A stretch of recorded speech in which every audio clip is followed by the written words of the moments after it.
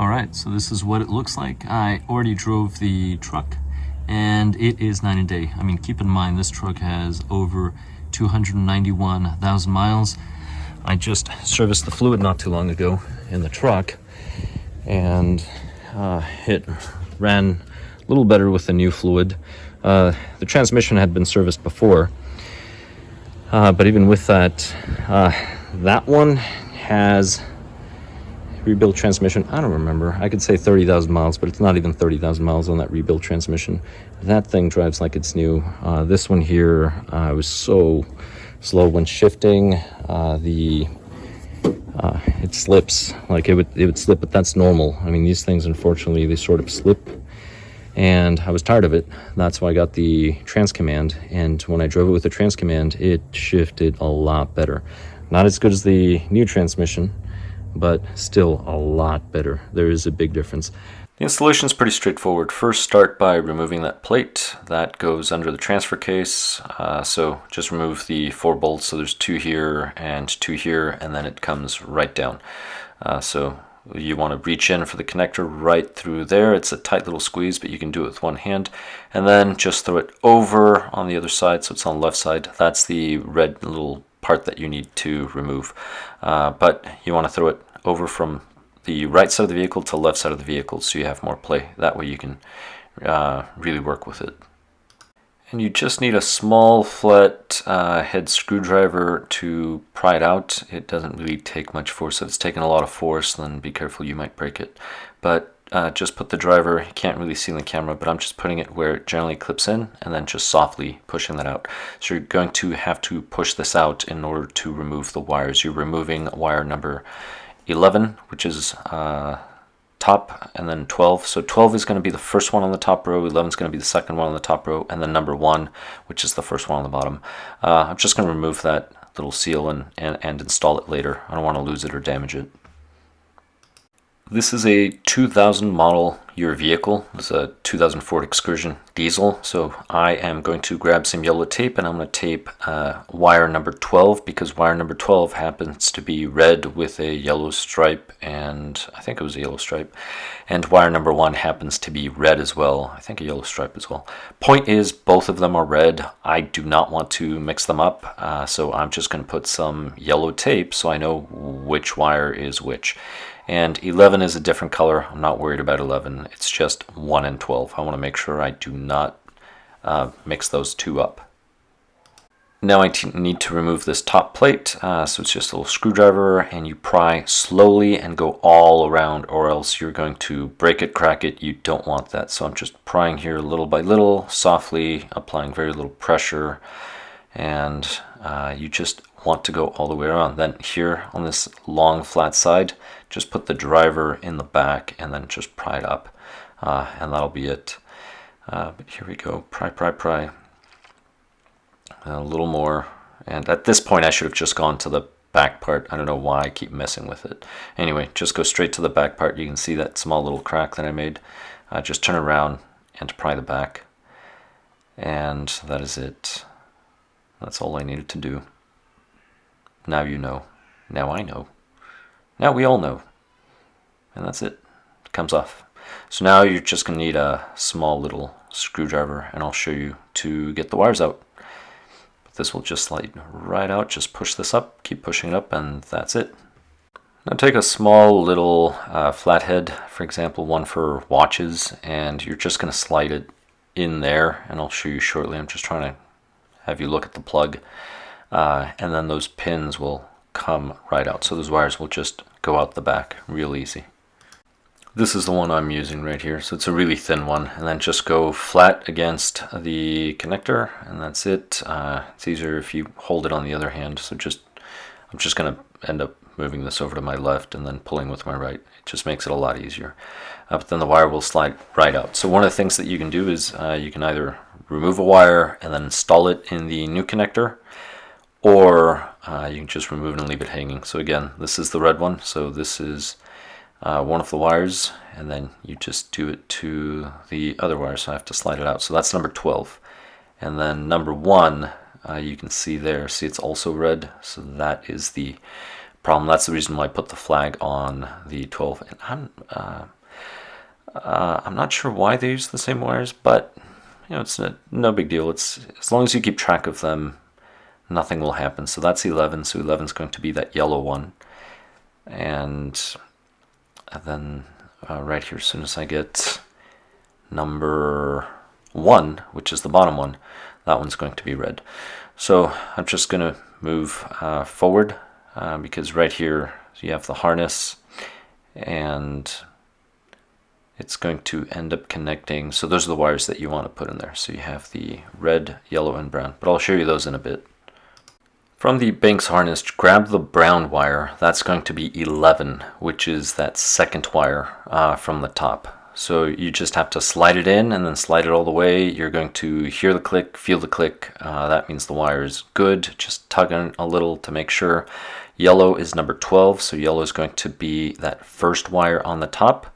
So you should have yellow and brown on the same row right next to each other. And then the third wire, which is red, that one is number 1. So number 1 is the red wire, and that's the one on the bottom. That's the one you would have removed in isolation. So that's the only one that should be in that position. So you should have red on the bottom, yellow directly above, and then brown directly next to yellow.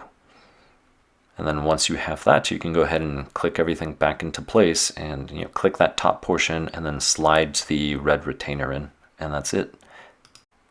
All right, and here we go. So this just clicks in. It should be really easy. You shouldn't have to struggle. If you're struggling, something's in the way, so something's wrong. Then don't forget to put that little rubber seal, and I'm just going to push it in with a screwdriver because I don't want any resistance once I'm trying to slide the connector in, because it's a very tight area. I also don't want to drop it accidentally and then it doesn't seal and I get moisture. But you just grab the red clip now and you just line it up, and that just clips in. So you should feel a little click, you should hear a little click, and it should be very easy to put in. If you're struggling, there's something in there. So there's something wrong. So now just isolate these 3 wires because those are going to go into the new plug. So there's a new Banks plug in which these will be going into. This is another very important step. So if you look at these right here, that's where the red wire goes. The red wire goes in that bottom one where there is no other hole. So if you hold it to where there's 2 on top, 1 on bottom, the red wire goes on the bottom. And then right above that, you're going to insert the yellow wire, which will be this one, which is interesting because that's 11. Then you take the one with the flag, and then you put the one with the flag on the other side. So this is the way they are going to look. And now this thing is set, so you can go ahead and plug that in to the other harness, to that. There's that little piece. Well, you have to put the wedge in. So put that little wedge that will hold the pins in place. And then after that, just plug it into the Banks harness and you're ready to go. So it's just these. Now something else, tape everything up and then just make sure to throw everything now over the transmission from the left side of the vehicle back to the right side of the vehicle, because we need to plug in that gray connector back to where it was. But this is what they are going to look like. That's the way they're going to be. I will be leaving the flag there. I will just put this insulator on the wires to protect them, wrap them, and then I'm just going to toss this over to the other side and call it good. Alright, so I've thrown it over, I have the harness here on the other side, so now I need to plug in the gray connector. When you plug in the gray connector, just make sure that you feel the click, it clicks, and then just tug on it to make sure that it actually clicked in place. You don't want this to be loose, you don't want to be driving down the road and then this thing comes loose and you lose your transmission, for example. Now you're stranded on the side of the road trying to figure out what it is. Hopefully you remember, and then you crawl under the vehicle, and hopefully it doesn't roll over you, and you're plugging it back in. Now you have to take one of the bolts out of the transmission pan, and that's for the ground. So you're going to ground the whole system on there. So that one black wire that you see on the left side of the screen, this one right here, just put the bolt through it and then you're just going to ground that on the transmission. Do not bolt the TransCommand to the chassis. You have this right here. Just drill 2 holes here. So you can drill them here or a little farther forward, but I would just drill them where I originally pointed. That's where I'm going to be drilling.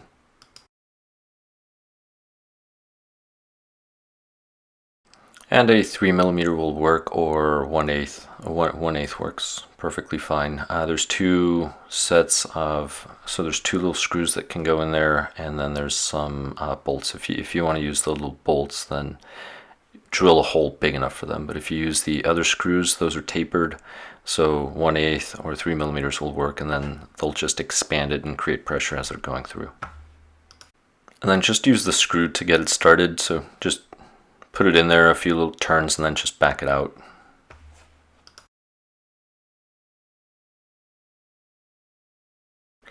So I've been cleaning some of my tools, putting them away as I don't need them. So once I screw this on, everything will be ready to go almost. I just need to zip tie the harness, make sure it's not, getting crushed by something or hanging too low, so then it gets caught over something that maybe I go over. But that's pretty much it. So once I do this and I strap the harness, I'll be ready to drive it. And this is what it looks like fully installed right here on the right side of the vehicle.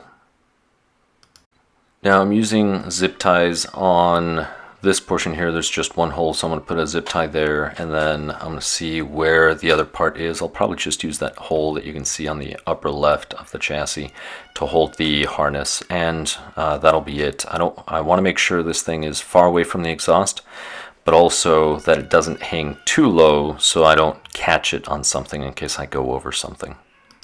Home stretch. So this is strapped, so there is enough play there so it's far away from the exhaust, but it won't hang too low, so I won't catch it on anything. But that is it. So pretty straightforward, and like I said, it made a major difference once I drove it. So I hope this was helpful. Thank you very much for watching. Please subscribe if you have not, and I'll catch you on the next one.